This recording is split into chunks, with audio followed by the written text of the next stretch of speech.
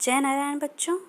आज हम सभी संज्ञा के विकारक तत्व कारक के विषय में पढ़ेंगे। संज्ञा के विकार ग कारक। यहाँ ये ग लिखने का तात्पर्य है कि यह संज्ञा का तीसरा विकारक तत्व है। पहला था लिंग, दूसरा वचन और तीसरा ये ग कारक। अब हम सभी यहाँ ध्यान से देखेंगे तो दिखेगा दो वाक्य यहाँ लिखे गए हैं। दादी ने पूजा के लिए फूल तोड़े, मैंने चम्मच से खीर खाई। अब अगर हम यहाँ दादी पूजा फूल तोड़े, मैंने चम्मच खीर खाई, तो अगर ऐसा कहा जाता तो क्या वाक्य का जो अर्थ है वह स्पष्ट होता? नहीं। अगर ने और के लिए यहाँ शब्द का प्रयोग न हुआ होता तो ये वाक्य अपना संपूर्ण अर्थ न दे पाता। ऐसे ही मैंने चम्मच से खीर खाई में अगर से का प्रयोग न करते तो यह वाक्य अपना पूरा अर्थ न दे पाता।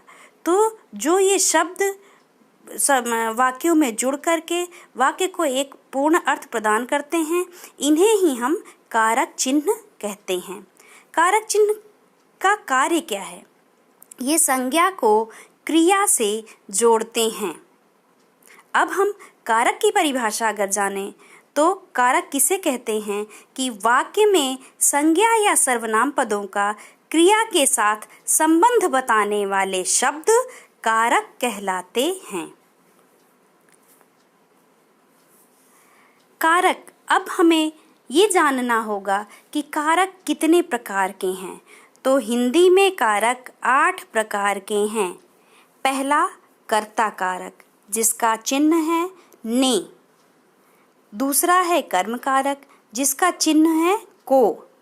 तीसरा है करण कारक, जिसका चिन्ह है से या के द्वारा। चौथा है संप्रदान कारक, जिसका चिन्ह है को या के लिए। पांचवा कारक है अपादान कारक, जिसका चिन्ह है से। अब यहाँ आप देखेंगे कि करण कारक में भी से है और अपादान कारक में भी से है, तो दोनों से में हम अंतर कैसे कर पाएंगे? तो करण कारक का जो से है वह सहायता के अर्थ में लगता है। जैसे पिता कलम से पत्र लिखते हैं, तो कलम से पत्र लिखना जो है, कलम क्या कर रही? पत्र लिखने में सहायता दे रही है। और अपादान कारक का जो से है वह किसी वस्तु के अलग होने का संकेत देती है। जैसे वृक्ष से पत्ते गिर रहे हैं, तो यहाँ क्या है? वृक्ष से पत्ते अलग हो रहे हैं, इसलिए यहाँ से लगा हुआ है, तो वो अपादान का से है। ऐसे ही संबंध कारक 6वां कारक है और उसका चिन्ह है का, के, की, रा, रे, री। जैसे उसका, उसके, उसकी, हमारा, हमारे, हमारी, इसीलिए रा, रे, री दिया है।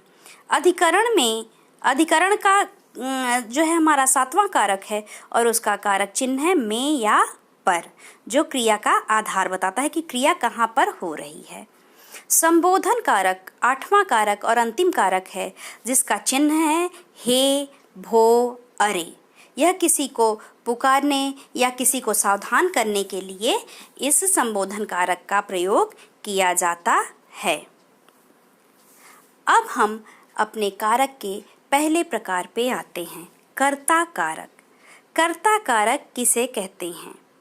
तो क्रिया को करने वाले को कर्ता कहते हैं और कर्ता के साथ जो चिन्ह लगा हुआ होता है वह कर्ता कारक का कारक चिन्ह होता है।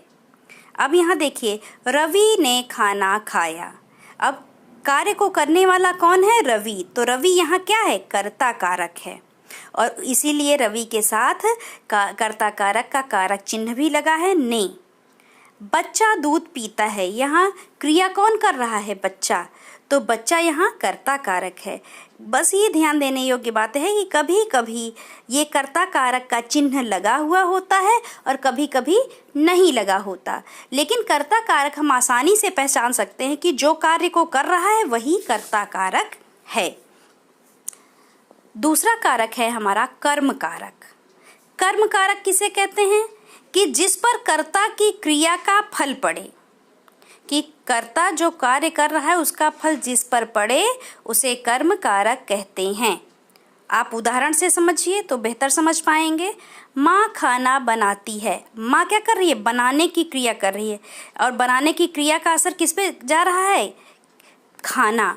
तो खाना यहाँ क्या है? कर्म कारक है। ऐसे ही अध्यापक छात्र को पढ़ाते हैं। तो अध्यापक पढ़ाने की क्रिया कर रहे हैं, और उस क्रिया का फल किस पर पड़ रहा है? प्रभाव छात्र पर। तो छात्र यहाँ क्या है? कर्म कारक है। और यहाँ देखेंगे आप कि छात्र के साथ कर्म कारक का चिन्ह भी लगा है को। और यहाँ भी कभी कभी ऐसा होता है कि कर्म कारक का चिन्ह नहीं भी लगा होता है, लेकिन आप ये देखेंगे कि कर्ता जो काम कर रहा है उसका प्रभाव किस पर पड़ रहा है? वही कर्म कारक होता है। अब हम तीसरे कारक की ओर बढ़ते हैं, करण कारक। कर्ता जिसकी सहायता से कार्य को पूरा करता है उसे करण कारक कहते हैं। जैसे पिताजी कलम से पत्र लिखते हैं। अब पिताजी लिखने की जो क्रिया है वह किसकी सहायता से कर रहे हैं? कलम। तो कलम यहाँ क्या है? करण कारक है। और इसी में देखिए कि कलम के साथ करण कारक का चिन्ह भी लगा हुआ है। बच्चा गेंद से खेलता है। बच्चा जो है खेलने की क्रिया किसकी सहायता से कर रहा है? गेंद की सहायता से कर रहा है। तो गेंद यहाँ क्या है? करण कारक है। और करण कारक का कारक चिन्ह भी लगा हुआ है से। चौथा कारक है संप्रदान कारक। कर्ता जिसके लिए कोई कार्य करता है या जिसको कुछ देता है उसे संप्रदान कारक कहते हैं। संप्रदान कारक में देने की प्रवृत्ति दिखाई जाती है। तो कर्ता जिसके लिए कोई कार्य करे उसे संप्रदान कारक कहते हैं। जैसे मैंने माँ के लिए साड़ी खरीदी। अब यहाँ मैंने जो संज्ञा सर्वनाम जो भी है वो कर्ता के रूप में आया है, और मैंने सर्वनाम है यहाँ और वो कर्ता के रूप में आया है। तो कर्ता ने खरीदने की क्रिया किसके लिए की? माँ के लिए। तो माँ यहाँ क्या है? संप्रदान कारक है। ऐसे ही दूसरा उदाहरण हम देखें, भाई ने बहन को उपहार दिया। भाई ने देने की क्रिया की, लेकिन किसके लिए की? बहन के लिए। तो बहन यहाँ क्या है? संप्रदान कारक है। और यहाँ आप देखेंगे कि दोनों वाक्यों में संप्रदान कारक का कारक चिन्ह भी लगा हुआ है। जहाँ ये चिन्ह लगे हुए दिखते हैं आप आसानी से समझ सकते हैं कि वहाँ कौन सा कारक प्रयोग हुआ है। पांचवा कारक है आपका अपादान कारक। अपादान कारक क्या है? संज्ञा या सर्वनाम का वह रूप जिससे अलग होने का बोध हो, कि जहाँ कोई वस्तु किसी वस्तु से अलग होती है, तो जिस वस्तु से कोई अलग हो रहा है वह अपादान कारक कहलाएगी। जैसे वृक्ष से पत्ता गिरा। अब किससे अलग हुआ? वृक्ष से। तो वृक्ष यहाँ क्या होगा?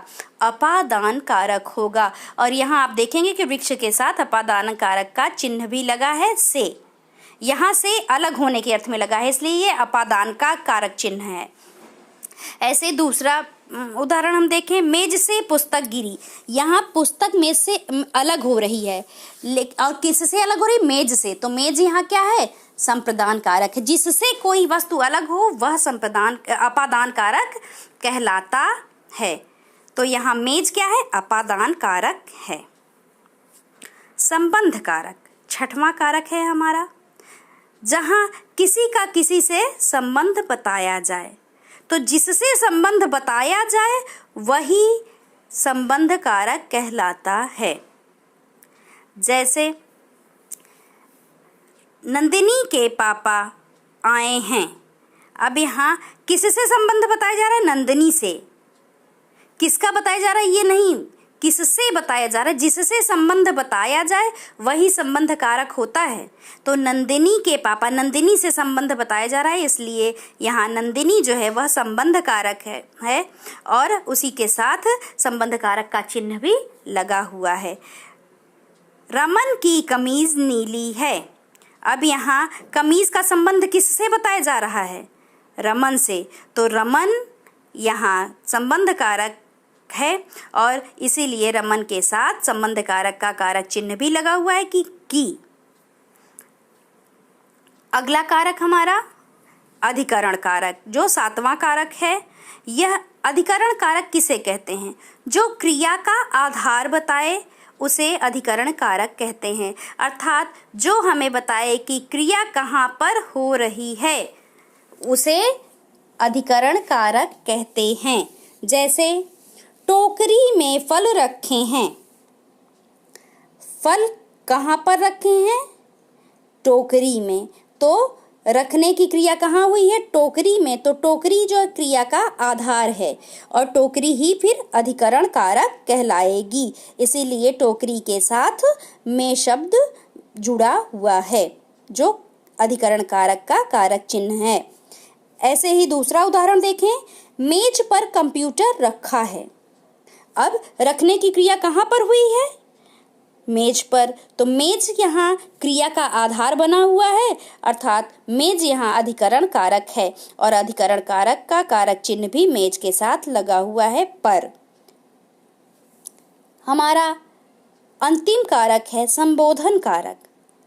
संज्ञा के जिस रूप से किसी को पुकारने या सावधान करने का बोध होता है उसे संबोधन कारक कहते हैं। कि जब हम किसी को पुकारते हैं तो वह संबोधन कारक के रूप में लिया जाता है। चाहे उसे हम सावधान करने के लिए पुकारें, चाहे बुलाने के लिए पुकारें, जब हम किसी को पुकारते हैं तो वह संबोधन कारक कहलाता है। और उसके लिए हम कारक चिन्ह लगाते हैं, हे, भो, अरे। तो यहाँ उदाहरण देखें, अरे भाई मेरी बात सुनो। यहाँ क्या किया जा रहा है? किसी का ध्यान अपनी ओर आकृष्ट किया जा रहा है, किसी का ध्यान आकर्षित किया जा रहा है, तो सावधान किया जा रहा है किसी को, तो यहाँ संबोधन कारक है। और यहाँ किसको सावधान किया जा रहा है? कि किसी व्यक्ति को भाई के नाम से संबोधित किया जा रहा है, तो यहाँ ये संबोधन कारक हुआ और इसीलिए उसके साथ संबोधन कारक का चिन्ह अरे लगा, अरे भाई। इस प्रकार हमने कारक के 8 भेद कुछ उदाहरणों सहित समझे। धन्यवाद।